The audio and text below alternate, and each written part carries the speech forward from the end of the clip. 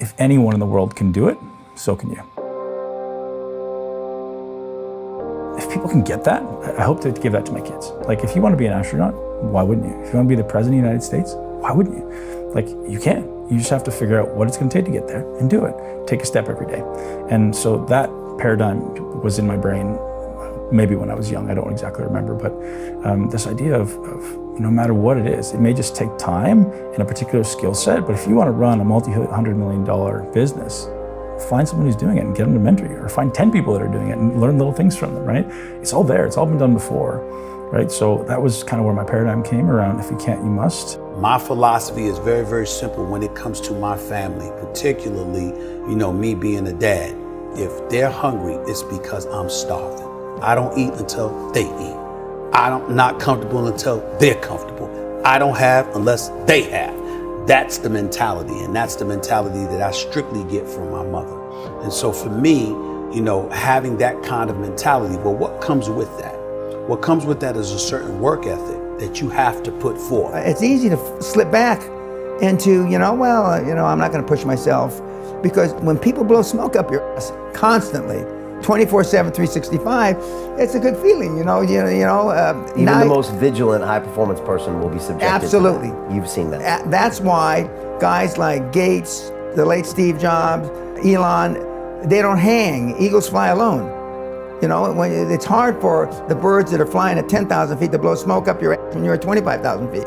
People are trying to do the impossible right now. They're trying to save what they make. Dude, it's easier just to make another $4 grand. There's no shortage of money. There's no shortage of money on this planet. There's plenty of money. You said it, $4 trillion has been freaking manufactured. You got to first decide there's no shortage. Clear up your thinking about what your daddy thinks a lot of money is. And get rid of the thinking that you make enough. You don't, nobody does.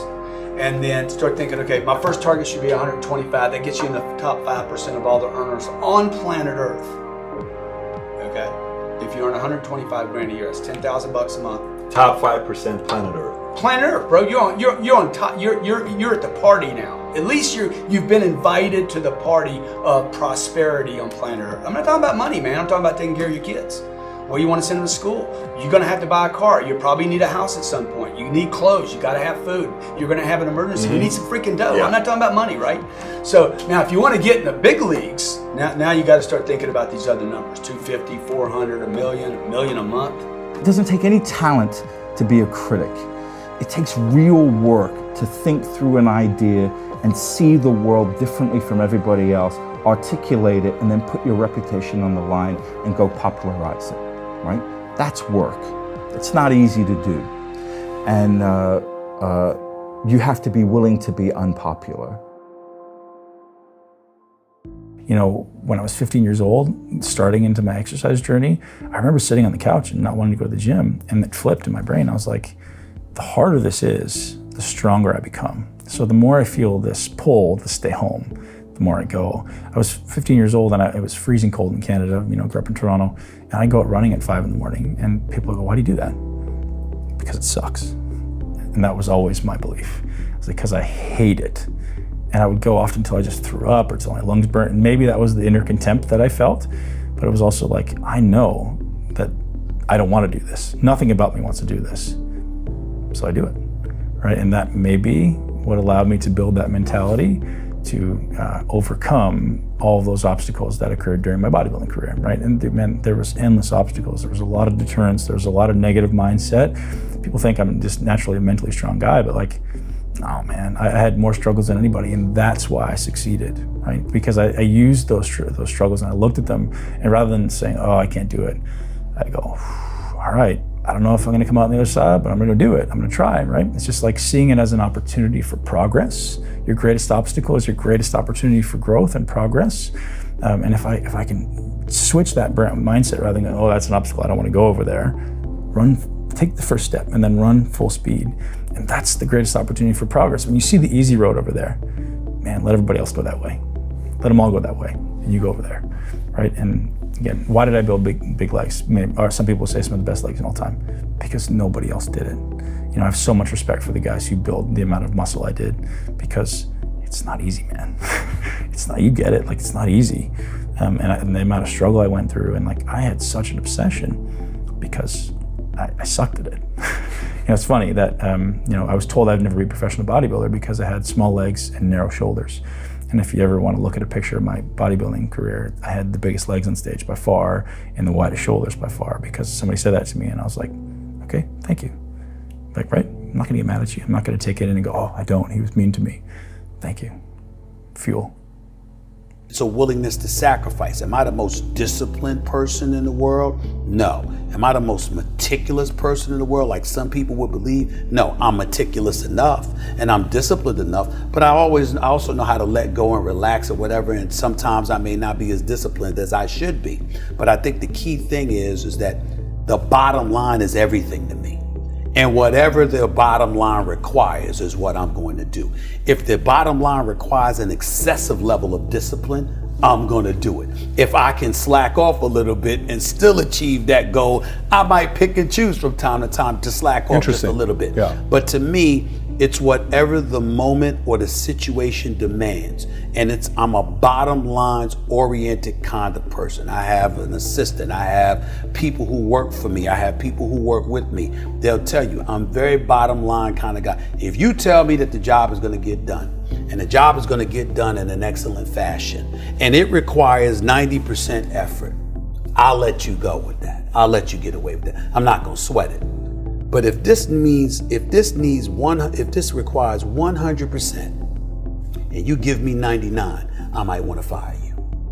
Because I'm about getting the job done. Sure. It's about the results. And I think that, unfortunately, when we look at our generation today, not enough people preach about that. Why do you think that is? Because I think that we live in a society where people have become masters at pointing the finger at other people about reasons why things don't get done. I think there's too much explanation that goes on. What you taught me to do is to engineer risk into my life. Correct. So now every time I'm faced with a decision, or sometimes even when I'm not faced with a decision, I just think, how can I engineer more risk in this situation?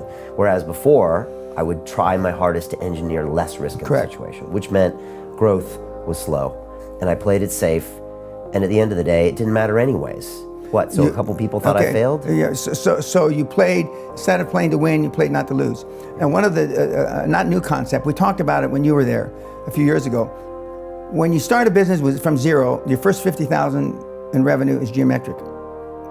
Your next 500,000. Explain that to people. So when you start a business, any business, those first 50,000 in revenue is geometric. Because it comes from zero, nothing. Right, it goes from 0 to 50, you're just obviously and then 50, from 0 to 500 is geometric. Okay, Microsoft started that way, Facebook started that way, Google. But then what people start doing is they start playing, instead of to win, they play not to lose, and they start not doing the same things that got them the first geometric growth. But the other more important thing, in my judgment, and it's really proven really beneficial to the kids in the last year or two, is that first million in revenue, because we buy revenue. It's easier to buy revenue than create it.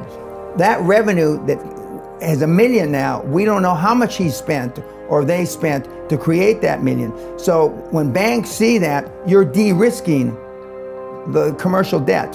You're de-risking because you're having cash flow, free cash flow that covers debt service based on somebody else. It may have taken them 25 years to get $1 million in revenue. And you're buying it in a week, a month. It's always great to let the other person talk. Let them talk. Let them just keep talking. Throw out a word that gets him a little bit and he'll talk more. And as he's talking, you can kind of figure out his mentality, his personality, what you can get out of him, what you can't get out of him. And it helped me a lot in negotiating deals later on. And sometimes you may be the smartest person in the room and you don't want anybody to know that. You just want to keep quiet like you don't know anything. Let them think they're smarter than you. And there's other times when you're not the smartest person in the room, but you want people to think you are. So you have to learn how to have that skill. I learned when I sat back and reflected on the mistakes that I had made in my career at the time. I learned that no boss wants to talk to anybody that doesn't have solutions. But there's a flip side. That is very true. There's a flip side. Yeah. I've never met a boss that doesn't want to talk to someone with solutions. See the difference? Now, if you don't want to talk to somebody with problems, and you don't want to talk to somebody with solutions, then to me, you're the problem. Because you're not trying to solve. You want to go with status quo. You're perfectly fine with flowing along, just Safe, to get along, secure. safe, secure, whatever. But when you're trying to win, you're constantly looking to get better.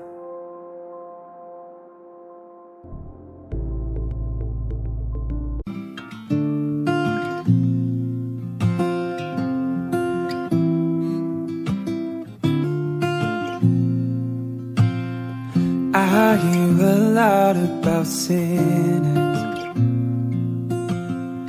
Don't think that I'll be the same,